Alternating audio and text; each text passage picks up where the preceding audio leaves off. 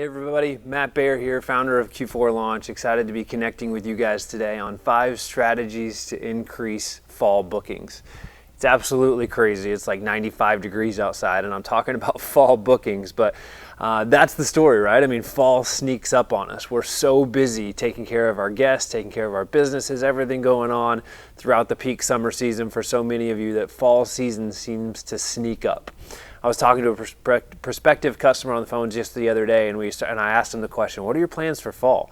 And she said to me, plans for fall, I'm just trying to keep up with summer. And I know many of you feel that. And you might have gotten our email inviting you to today's webinar and had that same response of like, fall, how can we be talking about fall already? But man, 2020 has been a crazy year that has seemingly flown by despite the moments that seem like they would last forever. And it's certainly a time where we have to take a pause and think about our marketing, think about our businesses, turn our attention to fall so that we can really set ourselves up for success. Because if we stay just overwhelmed and too busy with summer and guests on property and everything else, it's really easy to forget, wow, we really need to turn our marketing attention to fall. And for those of you that are our customers, I know many of you, I've seen a lot of the campaigns our team is already working with you to put out, focusing attention on fall, looking at pace reports and saying, how are we tracking? But this is such an important topic. Many of you are coming off of absolutely unbelievable summers. Many of you are having your best summers ever, which is hard to believe. A few months ago, you were probably thinking, are we going to survive this summer? And now many of you are having your best summers ever as the travel bookings boom has crashed in your destination in a great way. Many others of you are having your worst summer ever, and it seems like people are on one end of that spectrum or the other. And today we're going to talk a little bit about people who are having their best summers ever and talking about how to be preparing for fall. But as we do that, know that if you're having your worst summer ever, we hear you, we see you, and we stand with you too. Our comments about people having their best summers ever are certainly not meant to be insensitive in any way for those of you that are still in destinations that have travel restrictions or lockdowns happening, but more just speaking to what we're seeing in general with the majority of our U.S. customers. If you're in a fly market or you're in a destination that's still locked down, know that we stand with you, we hurt with you, and we're doing everything we can to help those part of people or those members of our customer base in that place or our followers that are in that place. You know, if there's anything we can do to help, even if you're not a customer, let us know. We'll do anything we can to try to help you guys. We want our industry to rebound and thrive. And we put that little disclaimer out there at the beginning just to say, know that we stand with you and we hurt with you and we want to be here to help you any way we can. And that's part of why we keep pushing out great content and educational information, is to turn our attention to that. You know, somebody told me early on, they said, Matt, the enthusiasm in your content and in your webinars and saying we can't control what we can't control, right? We can't control the virus. We can't control what the government's going to do, but we can control our response and turn our attention to controlling what we can control and getting our marketing message right was really encouraging, through the depths of that difficult time.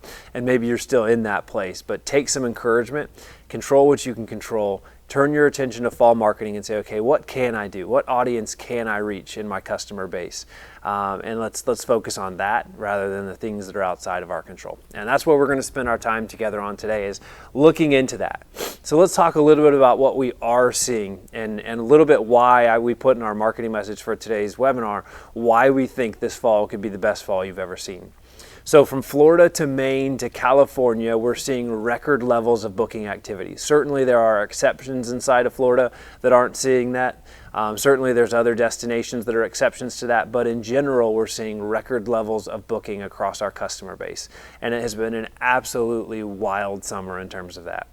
We're also still seeing cancellations well above average, but we're seeing those things start to slow down. I was talking to a prospective customer who's now a customer just a few weeks ago, and they're saying, yeah, I think I've rebooked the same dates 3 different times. And that's messing up data in and of itself, right? Because if somebody goes in, books it, cancels it, books it, cancels it, books it, cancels it, that 1 week is showing up in your Google Analytics 3 different times as being booked, which is skewing some e-commerce data. So creating new challenges there that we're not used to seeing. But we're working through those things, right? I mean, we can't control those things, but we're working through those things and adjusting data accordingly. We also believe that fall will be a great season because travel behavior is shifting, right? So people may or may not be traveling for fall football. That story is still heavily debated in what's going to happen from a football perspective. Usually that drives a ton of travel activity, especially down here in the South where we're headquartered in Charleston, South Carolina. People traveling for football games. But think about this. If you're at a destination that does not rely on fall football, so you're not near a big university, the people who have taken their travel budget and their PTO budget and invested it into fall football games are not going to be doing that probably at most universities this fall, which means that they will have a significant amount of travel budget and travel PTO and time that they are not investing in football that they could invest in your destination. So that in and of itself might be a marketing message. You can't go you can't go watch the big game, but come here instead. And this is what we're going to do to have fun this fall when maybe we can't go to football games in person. We're going to be watching them on TV, hopefully. That's maybe the best case scenario we could hope for. But regardless of that, we need to think differently about that. And maybe you're in a place that has relied on fall football. You need to be thinking differently and say, okay, maybe those fall football games aren't going to happen this year. How can I be getting the message out? What can I do to create an experience for people that will come so that I don't just say, well, I'm losing my fall football season. What can I do differently? The other reason we think fall could be great for a lot of our customers is that leaf season is predicted to be strong up and down the East Coast. So all the early indicators we're seeing are saying that leaf season will be strong. And if you're an East Coast customer or an East Coast destination, I know many of you rely on a strong leaf season, and October might be your best month of the year because of that. And I'm hoping that this is a strong leaf season for you guys and that the hurricanes stay away to be able to extend that season versus coming in and blowing all the leaves off the trees and ending that season prematurely. But we believe that this could be the best fall we've seen in years. If you think back to our April 15th webinar, How to Market In, Through, and Out of a Crisis, in that webinar we predicted that we would see a booking wave. That was again April 15th. We predicted that we would see a booking wave on the back end as travel restrictions were lifting. Days or weeks after that, depending on what destination you were in, we started to see that booking wave. And we predicted that coming on April 15th. Many people caught on to that analogy we used, that surfing analogy of being out in the water to catch the wave, and that you have to keep doing marketing to catch that wave when it crashed. And I'll tell you, the data we have seen since then, the people that were out in the waves, that were continuing to marketing through COVID, have had absolutely phenomenal summers as their destinations reopened and came back online. And the ones that stopped marketing or paused marketing, and we certainly understand the need to do that in certain cases or the thought process behind that, absolutely understand the thought process behind it. But data after data shows what we believed at the time and what I told you at the time was that if we aren't in the water, if we're not actively marketing, that we're going to miss the wave.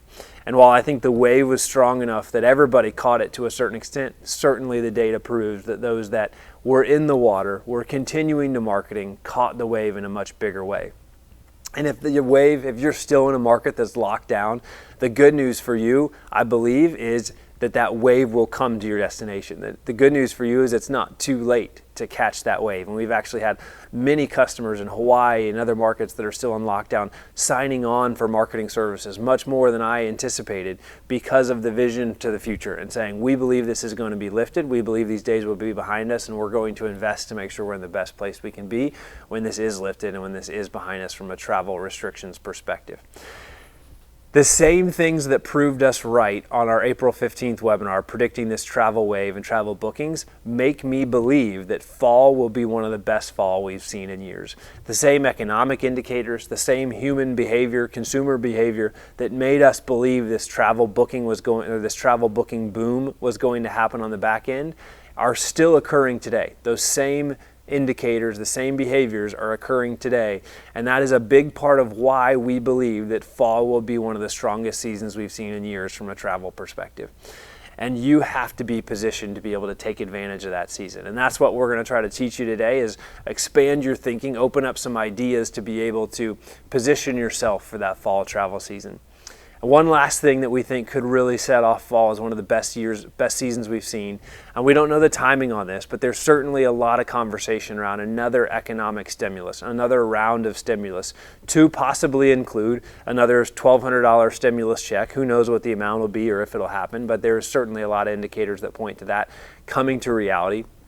There's also a group of people that are pushing from a political perspective to be able to generate a travel tax credit to stimulate the travel industry by offering a tax credit for families that take trips. I don't remember all the details on the proposals around that, and this isn't at all meant to be a political statement whether you're for or against, and I'm not even sure who all is rallying behind which of those ideas. But again, that's not the point. The point is, if there is a travel tax credit or there is another stimulus check, that will absolutely help the travel industry. If people have a $1,200 infusion into their budgets or a travel tax credit gets added, certainly that will encourage people to travel and give them the money to be able to travel, which will be great for us. So we need to be positioning ourselves for the possibility that that reality will come to play. And I think whether that reality comes to play or not, we actually need to be positioning ourselves, because even the work we do, if that doesn't come to play, will help us just with people's regular budgets. So setting ourselves up, investing now here in August to make sure we have a great fall is absolutely important. And now is the time we need to do that. Now is the time we need to be having those conversations, if not before now, having those conversations and setting things in motion. And you have to break out of the busyness of your business to focus on what's important, or partner with somebody who can help you do that. Partner with somebody that in the midst of your busyness, they can be working on these things, because that's their role, that's their job. And if you're not a customer of ours and you're tuned in today, we would love to have that conversation with you and partner with you on that. All right, so let's dive into our 5 strategies. We've talked about why fall is going to be great. We've talked about why it's important. Let's dive into our 5 strategies together today. Number 1, embrace new audiences and new ideas. I think it's easy for us to get stuck in a rut of just doing the same things again and again and again and saying, okay, what did we do last fall? Let's put that on rinse and repeat and do it again. But we all know this fall will be dramatically different. 2020 has been dramatically different, and the companies and the brands that have been adapting their strategies are thriving in this season. So what can we do different? What new audiences, what new ideas do we need to embrace to do different? We've talked a little bit in past webinars about several of these audiences, but the work from anywhere audience. I'm certainly taking advantage of that, taking advantage of an opportunity to go work from anywhere. Going to go to the mountains with my family for 5 days and take a trip that wasn't previously scheduled, but it's like, well, I can work from anywhere. I might as well work from the mountains, do my 8 to 5 there, and then have the evenings to spend with my family and take in some cooler temperatures this August. So preparing to leave on that trip now, excited about the ability to do that. And just to give you some insight into consumers right now, I booked that trip about 5 days ago. So I booked that trip 10 days before we were leaving. So that's the booking windows we're seeing, and I'm going to circle back to that a little bit later, but we're seeing shortened booking windows in many of these cases. So we're going to talk about how to apply that learning. But work from anywhere is certainly an important part of that. Virtual learning is an important part of that. If your kids are going to be doing virtual learning, why not do it from the beach? Why not do it from the mountains? Why not take this opportunity? Mom and dad can work from anywhere. The kids can, learn from anywhere, theoretically. So why don't we just take this opportunity to do something different? And as you think about that, it's not only the marketing message you need to think about, but how are you setting things up? What are your minimum night stays? What is your pricing strategy? And we're going to talk about some of those things later on, but not just the marketing. All the other parts of your business, how are they set up to be able to take advantage of these new audiences?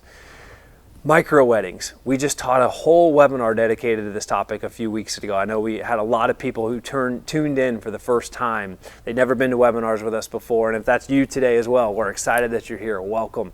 But they tuned in for the first time today, or for the first time on that micro weddings webinar, to be able to learn from this new trend and what's going on in the marketplace and how do we need to adapt and focus on that in our marketing. We challenged you on that webinar to put down some of your preconceived notions about brides and bridezillas and mother-in-laws and all those things, and think about this audience. Think about this opportunity to reach a new audience, to bring new ideas to the table, and to have a revenue base for your business you've never had before.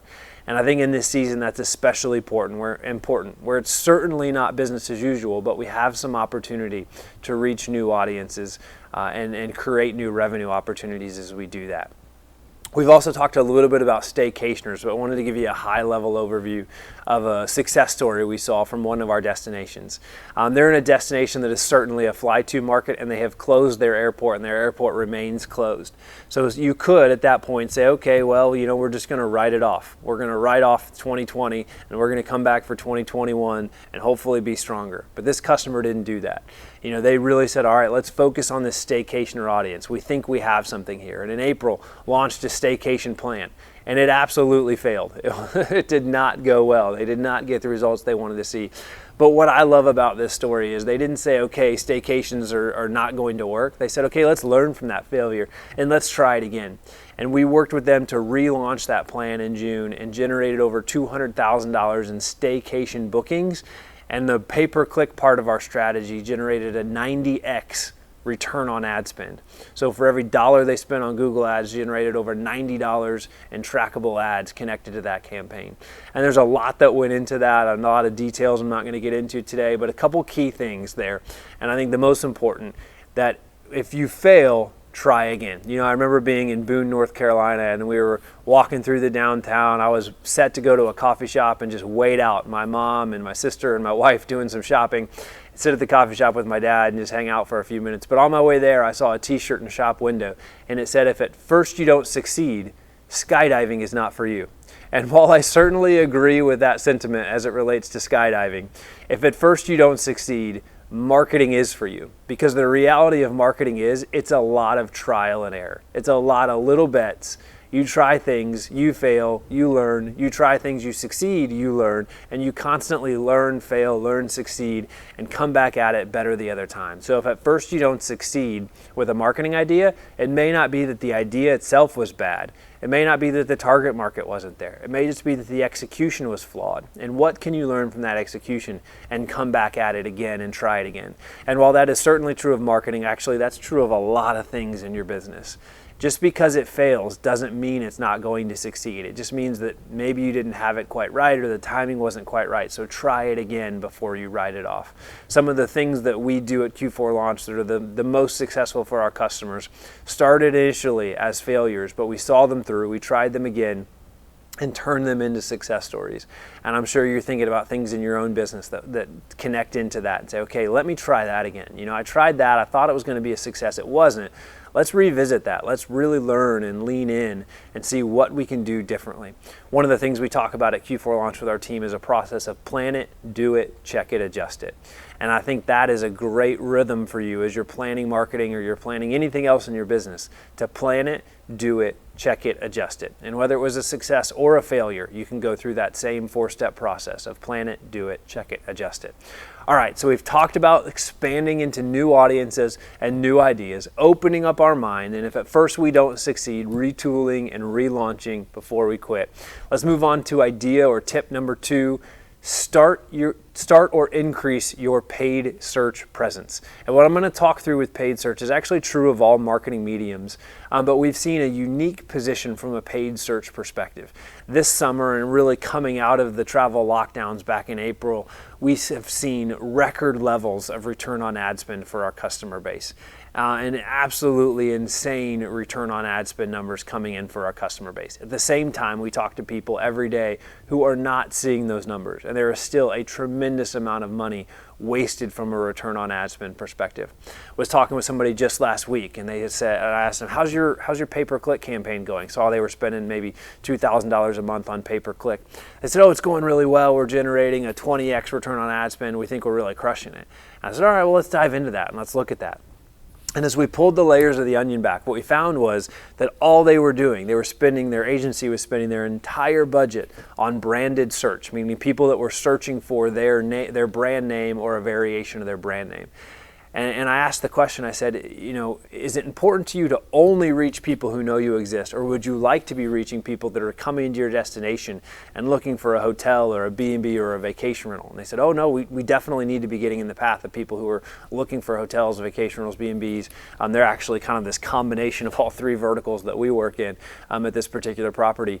But the story there and what's important for you is they didn't even know that they weren't necessarily seeing that in their analytics. They thought their agency was doing that and what their agency should have been doing, when in reality they were getting a 20x return on ad spend just from branded search. And I tell you that because we see that all the time, not trying to pick on them. They also at the same point say, okay, that means we need to make a change, and hence why we were having a conversation.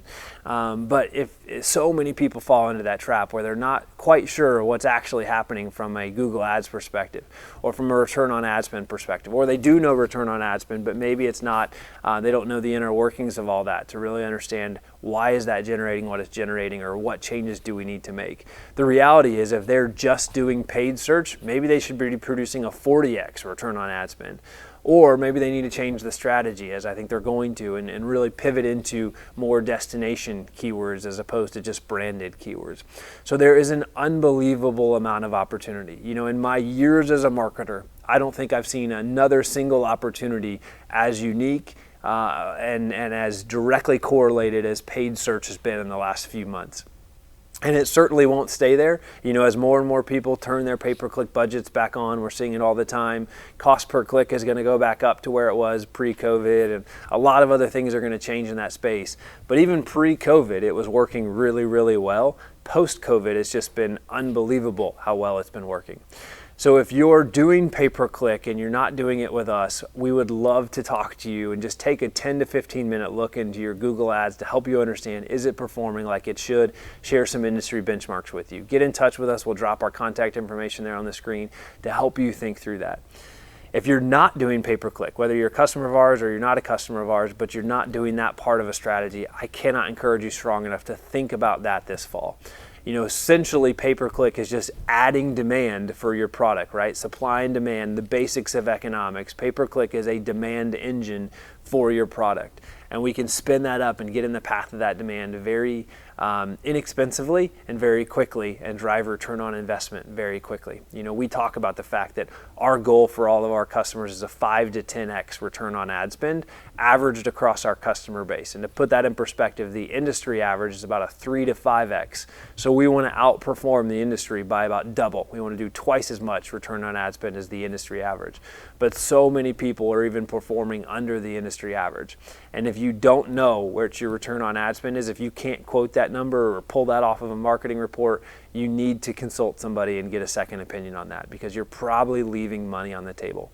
I don't think there's a single pay-per-click campaign we have taken over in the last year that we have not effectively doubled the return on ad spend. We've taken on customers getting a 20x return on ad spend and turn it into a 40. We've taken customers getting a 3x and turn it into 10. Significant growth. And I've probably never been this direct in any of our webinars about a medium before, or put out that challenge, or been this quote-unquote salesy, if you want to say that, in a webinar. But that's how strongly I believe in this, and that's how strongly I believe you need to be leaning into this opportunity to take advantage of it. And I love that it's a demand engine. We can fluctuate as we need to. And I love how trackable it is from a return on investment perspective. There's not a lot in marketing that is as trackable as Google Ads are from a return on investment or a return on ad spend perspective. So stop wasting money, get a second opinion, and if you're not already using this medium, maybe now is the time to start. And we'd love to talk to you about either of those conversations. And like I said, as we lean into that more, that's applicable to a lot of other things. So really just taking the time to do a Google Analytics analysis, take 15 minutes, spend some time with somebody who really understands Google Analytics and understand what's working for you and what's not, and get some action items, get some ideas of what you could be leaning into more. Maybe your email marketing is going awesome, and this fall you need to lean into that a little bit more. Maybe your organic search strategy is producing great returns for you. What could you do to lean into that a little bit more? Maybe your social media strategy is going really well, and maybe you could lean into that a little bit more. I think oftentimes as business owners, as marketing directors, as employees, we think about what's not going well, let's fix that. When in reality, sometimes our best strategies can come from what is going well. How can we lean more heavily into that? And it's certainly a lot more fun and a simpler process to lean into what's going well and improve that, as opposed to try to fix what's not going well. So hopefully that's an idea generator for you in and of itself there. But think about what's going well, or consult your Google Analytics, and then lean more heavily into that. And if you need help figuring that out, we would be happy to spend 15 to 30 minutes on the phone with you, do a Google Analytics analysis, and reveal to you in your data what's going on and what you might be needing to do more of. All right, number 3 on our 5 strategies to increase fall bookings: create things to do, events, retreats, etc. Give people a reason to come visit. People are desperate to travel right now. They want to escape their house. They want to stop the Groundhog Day. I can't tell you how many times I've heard people say, I'm just doing the Groundhog Day, the same day over and over again. And that certainly is the sentiment right now, or the mentality right now. But people are desperate for things to do. At the same time, they're desperate for things to do. So many things to do are getting canceled. You know, one of the fall events that I look forward to the most, just found out this week, is being canceled and rescheduled for March of 2021. So now I have this void in my schedule, this void in my budget, and this void in my time. I talked a little bit about that with fall football. And certainly that's true of other events. Festivals, big events are being canceled left and right still. Big events with lots and lots of crowds. So how can you think smaller from an event perspective to think bigger from a revenue perspective? And I think there's an opportunity for us to do small events in our properties and in our destinations to attract people into your properties, into your hotels, your B&Bs, your vacation rentals. And as a vacation rental manager, I'm like, oh yeah, that makes sense for hotels, but maybe not so much for vacation rentals. And I'm going to give you some ideas on how that can actually make sense for you. But we know large events are being canceled in droves, and people are looking for a replacement for those. They still want something. They want to break out of the Groundhog Day and do something fun. So think about it. Think about, what are you passionate about? Take an area that you're already passionate about, something you love to do. You know, maybe it's golf, or it's tennis, or it's photography, or it's yoga, or it's running, or it's whatever. What are your hobbies you love to do, but it seems that you never find time to do them amidst the busyness of your job or running your business? And how could you create an event around that? How could you create a yoga retreat, or a photography workshop, or outdoor adventures, or tennis tournaments, or golf tournaments? Giving people a reason to come visit your property, creating an experience around that, creating an event around that, and of course create all the social distancing precautions you need to do. I'm not saying, launch a fall fest with 10,000 people. I'm talking about a tennis tournament where couples can come, or singles can come, and they can compete in that. Or a yoga retreat where people can come. And maybe you don't do yoga, but I would bet there's probably a yoga practitioner in your destination that would love to co-host a retreat with you. So think about those things and say, okay, how can we do this? How can we promote this? How can we get this out there? These don't have to be crazy complicated things that you do. Maybe you're a vacation rental manager. Yoga retreats would be a great thing for you to lean into, or photography workshops. And people can, book one of your vacation rentals, but you can bring those experts in, or maybe you can be the expert to actually teach those things. One of my favorite things that one of our customers does every year is sand sculpting competitions. Every week they go out to the beach and they spend 2 hours, and the families who want to participate come out and they have a sand sculpting competition, and they give away a prize and they feature it prominently on their social media, and they do such a great job putting this event together to be able to get people excited, to drive social media engagement, to give away a small prize. But it's not about the prize, it's just about the experience. And people cite that as, we come back every year to be able to do this, and it's something they look forward to every week of their family vacation. So maybe it's a sand sculpting competition. I was going to say chainsaw carving if you're in the mountains, but that's probably not a good idea, to give a bunch of amateur people chainsaws and set them out to carve trees.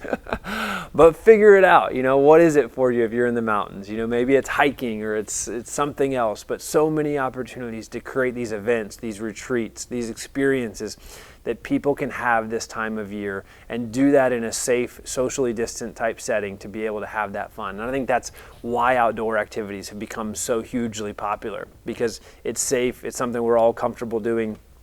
We can get outside and do that. And there's no better time to get outside and have those experiences than fall, right? I'm excited for the heat to break a little bit. I love summer in Charleston, where we're headquartered, but I'm certainly excited for the heat and humidity to break and to start experiencing a little bit of fall here in the Charleston area, and excited to get to the mountains as well. And seems like fall's already in swing there from what we're seeing from a temperature perspective. But think about those things. What are those things? Maybe you need to pause this recording if you're catching the recording, and actually, take a few minutes to brainstorm what those activities are, or just make yourself a note and come back to those. And maybe you've got a team. Engage your staff in that conversation. Who would love to host a golf workshop? I know Billy on our team would love to teach me how to play golf, or host a golf tournament for us. I know lots of different members of our team have different passions, and think about the people on your team, what they're passionate about, and engage them in this as well. Don't try to take this on all yourself, but it's a great opportunity to give people a reason to travel this fall and to come visit your destination. All right, that was number 3, create things to do. Number 4, promote peace of mind and escaping. Now, thinking back to this, and we've talked a little bit about this on and off in different webinars we've done, but people need, they're desperate to escape, but they need that peace of mind that things are going to be okay. So there's a couple things we can do there to really lean into that peace of mind. One, be clear and upfront about your COVID response. My wife and I actually we're doing a lot of trip planning, as you can catch from today's webinar. Reason being, we're desperate to escape the day-to-day being the same right now. We've been doing this a long time. But we were planning a trip for Thanksgiving and thinking about, okay, what could we do this Thanksgiving? How could we take a trip and it be different? And we're talking about going to this event. It's an event that really sets itself up for socially distanced. So we're like, okay, we think that event is still going to happen this year. We've done it a couple times in the past. So we went to their website just to learn, okay, is the event still going to happen? And if so, how are they addressing social distancing? And there was nothing. Like on their website, there was literally nothing about COVID. And my wife's first response was, well, we can't book this. There's no explanation about how they're responding to COVID and handling that situation. And how crazy is that in this day and age, that the first thing we do is we expect to see information about COVID and how you're addressing that inside of your business. And if you don't have that information, my wife planning this trip is saying, and hopefully she's not watching because she might be feeling like I'm throwing her under the bus, but you get the point. She's saying, I can't book this trip because there's information I need and I don't have. And her first response was, well, I'll just call them and ask them. Or excuse me, her first response was not, I'll just call them and ask them. It was like, well, the information's not there. What do? I can't book this trip. So in her mind, that's not an option anymore, when in reality, it still is an option, right? We just have to get the information we need. And I know many of you have not fallen into that. Many of you have been great about providing this information. But ask yourself this, right? You came out and you were providing it and you were updating it daily or weekly because it was new and it was fresh and you were on top of it. But are you still on top of it? Are you still updating that page on your website that you create and you put all that energy into? Are you still communicating the latest information to your customers? How have you worked that into your messaging? And are you still on top of that? I think many of us have probably just been like, well, it's the new normal, whatever, and we're not keeping that information fresh and current anymore. And we need to, because consumers are relying on that information and they're probably not making booking decisions they could be making if that information is out of date. So certainly educate them about that. Keep that information up to date. In addition to that, think about relaxing cancellation policies or find one that works for everyone, right? I know the challenge cancellation policies can create. I know that it's a hot topic item as people think about what that means in their business and the possibility of losing out on revenue, and that's certainly not what we want to do. But how can you relax your cancellation policy and find something that works for everyone? You know, in recent comments, Brian Chesky, the CEO of Airbnb, was talking about how people are searching specifically for properties right now with more flexible or relaxed cancellation policies. And I think that's actually a search criteria that they've added to their search engine for properties on their site. And I know many OTAs have spoken about that as well and added search criteria around that and encouraged people to relax their cancellation policies. And maybe you've resisted that. You said, no, we can't do that, and here's why. And I would encourage you to come over the we can't do that and think about how could we do that. So move past we can't and think about how could we do that and what would that need to look like for it to work for us. But in doing that and then in messaging and communicating that clearly, you will open yourself up for people that want to take booking or make bookings that otherwise might not make bookings. So leaning into that, embracing that trend and saying, okay, how can I be flexible with this? How can I give the consumer what they need to feel confident in booking and at the same time get what I need? And maybe the answer to that is travel insurance or trip insurance or master cancel for Middle Guardian or some other opportunity or tool to be able to get comfortable with that. Or maybe it's just relaxing that policy and test it for a while and see what happens. See if your bookings go up as you relax your policy. See if you're actually do lose revenue from that, or maybe your bookings go up, but everything still stays the same from a COVID information perspective and people still take their trips and they're comfortable with that. And with the shortened booking windows that we're seeing, chances are you'll probably be able to rebook that. So as I mentioned earlier on, things book, cancel, book, cancel, book, cancel. We are rebooking a lot of the stuff that's canceled. And with these short booking windows, we can absolutely rebook things in a faster, more consistent manner than we used to be able to rebook those cancellations. So that in and of itself makes it less risky to be flexible with your cancellation policy this time of year. Something else to think about, if people are calling you on the phone and they're asking you the same questions again and again and again, and this is true of COVID, more so probably because the questions and the uncertainty has increased, but this is actually true all the time. But if people are asking you the same questions again and again and again, those are marketing messages. And while they're marketing messages, it also means your website's probably not communicating that thing as clearly as it should be, or people wouldn't be calling and asking the question. Now, I don't mean if like one person calls and asks the question, right? Or you just put a ton of information on your website that would make it hard to read and understand. But if you're getting the same thing consistently, the same message, the same question, the same concern, that is an opportunity. When a consumer is asking a question or voicing a concern, they're telling you an objection that they have. And when they tell you objections that they have, they're giving you marketing fodder. They're giving you messaging. They're giving you opportunities to lean into that. And if 3, 4, 5, 10 people have that same thing, I guarantee you there's a lot more people in your database with the same question, the same concern, or people coming to your website who are deciding not to book because they're not finding the answer that they're looking for. So think about that. What are those questions? What are those concerns that you're hearing again and again and again in the season? And how could you change your website, change your messaging, work that into your social strategy or your email strategy, your content strategy to address those things proactively and increase your bookings as a result of that? Really important process there, important question to ask yourself. And in asking yourself that question, you're going to promote peace of mind and give the consumer the confidence they need to book. You know, consumer confidence is something we study as economists very closely because it tells a lot about behavior. It tells a lot about what's going on in the economy as a whole. And that consumer confidence sentiment is so crucial. So how in your business can you drive consumer confidence? How can you get the consumer more confident in purchasing from you and making a booking with you? Such a great question to ask yourself, ask your team, brainstorm that, and then start taking those actions you get and putting those into action in your marketing and in your websites. All right, so number 4, promote peace of mind and escaping to drive more fall bookings. Number 5, master your revenue management strategy. I believe revenue management is going to be more important in this season than it's ever been before. I remember talking to one of our customers back in April, and at the time they were seeing year over year quadruple the bookings they had seen. So this was at the beginning of the booking wave crashing in their destination. And our customer success manager was on the phone with them, and I was talking to her afterwards, and she said, yeah, they're raising their prices just to slow the pace of booking down because they can't keep up with the pace of booking. And I was like, you know, that's a really good response. That's a really smart manager to realize I need to raise my price to slow the demand engine down because demand is currently exceeding the supply that I have, and I'm on a pace. If I continue on this pace, I'm going to leave a lot of money on the table, and my staff is overwhelmed, so we need to slow the pace down. So they raised price. The interesting thing is they raised price and they didn't slow the pace down at all. The pace kept going just as strong. They had to raise price again just to begin to slow it down a little bit. And whether that slowed it down or it was just that so much had gotten booked up at that point that it slowed down, I don't know. We'll never know.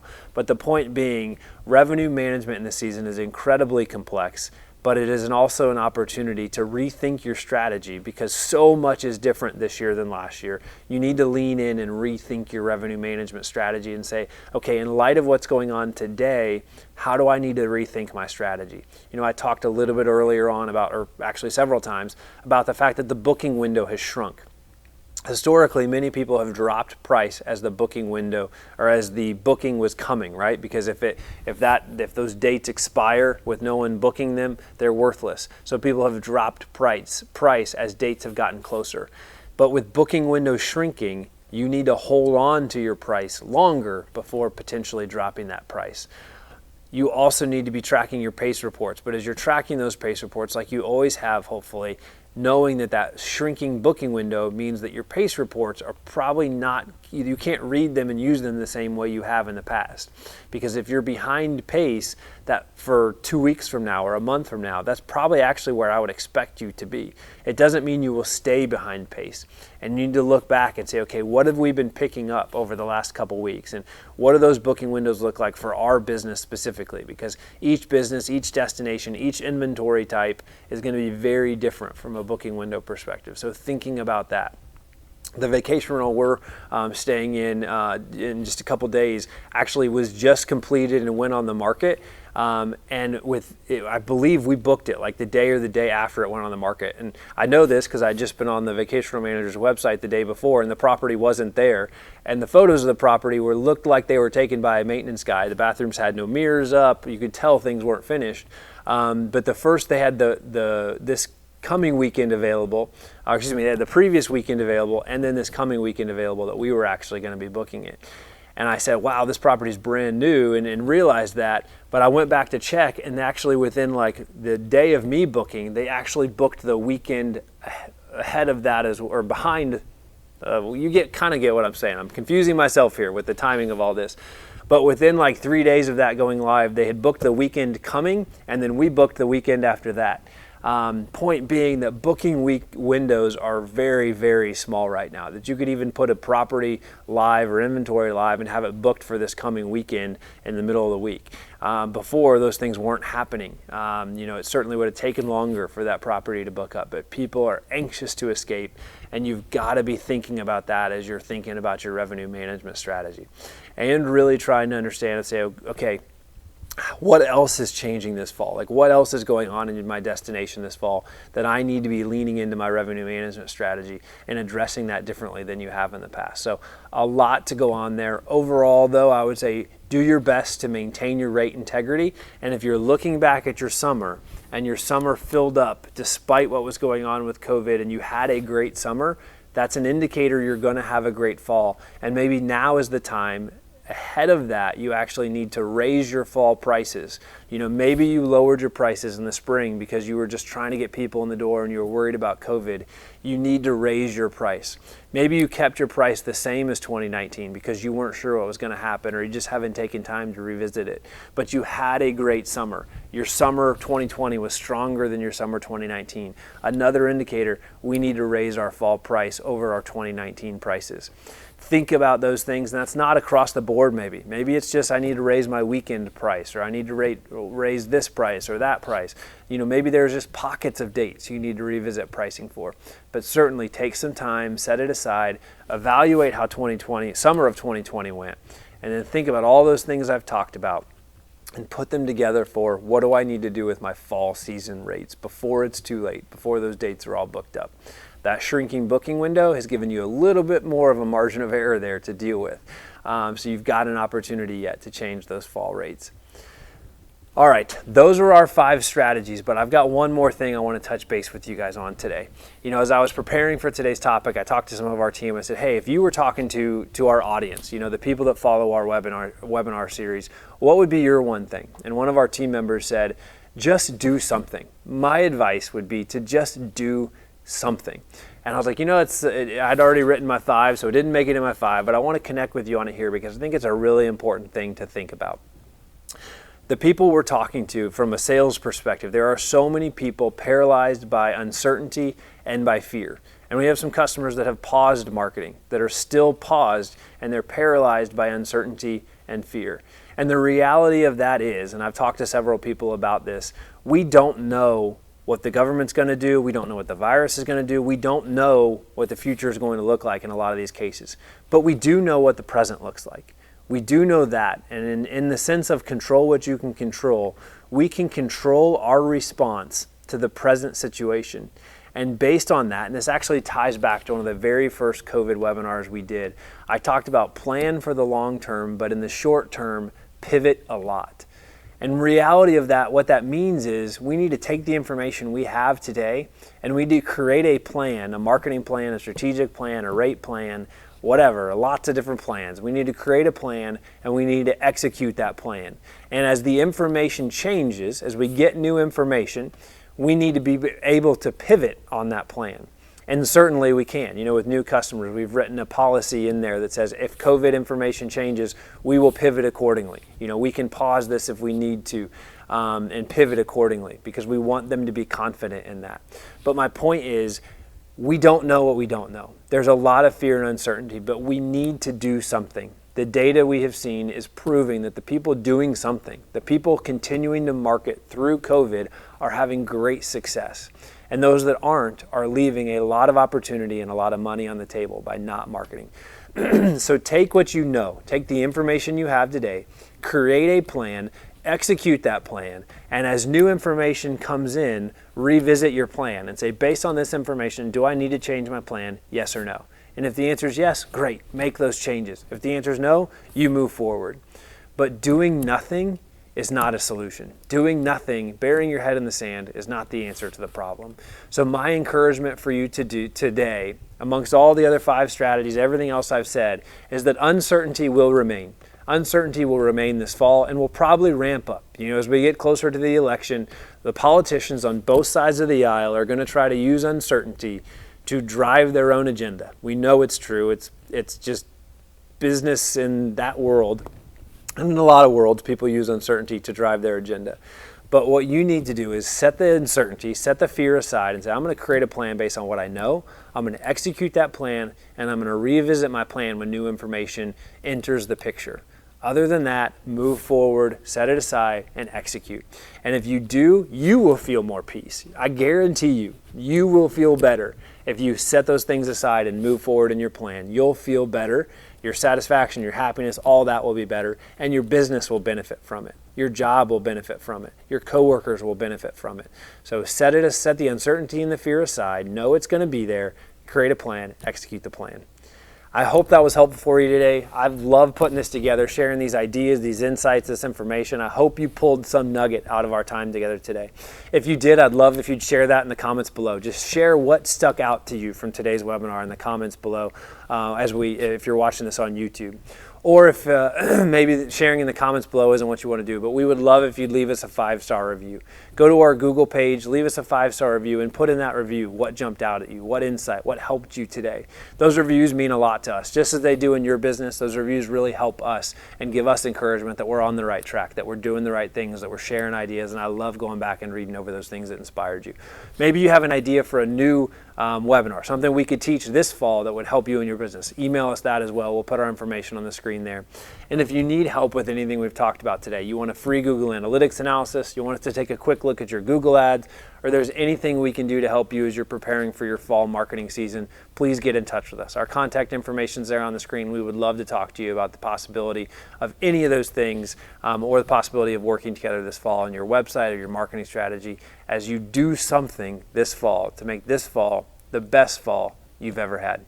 Thanks, guys. We'll talk to you soon.